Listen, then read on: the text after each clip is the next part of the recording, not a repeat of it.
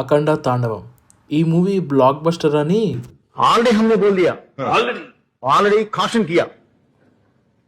బాలయ్య బోయపాటి మూవీస్కి ఉన్న క్రేజ్ అంతా ఇంత కాదు. 4th ఇన్స్టాల్మెంట్లో వచ్చిన మూవీ అఖండ తాండవం అదిరిపోయింది. Block buster hit. అసలు బోయా మైండ్ సెట్ ఎలా ఉంటుందో తెలియదు కానీ అన్ప్రెడిక్టబుల్ సీన్స్ అనమాట. అసలు కాన్సెప్ట్స్ ఎక్కడి నుంచి పడతాడో మెంటల్ ఎక్కిపోయింది థియేటర్లో ఒక్కొక్కడికి.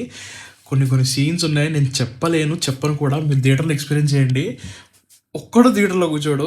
డెఫినెట్లీ అసలు కమర్షియల్ మాస్ బ్లాక్ బస్టర్ ఈ మూవీ. ఎస్, అండ్ డెఫినెట్లీ జై బాలయ్య. బాలయ్య బాబు స్క్రీన్ మీద ఉన్నంతసేపు డైలాగ్స్ చెప్తుంటే అసలు అరుపులు కేకలు.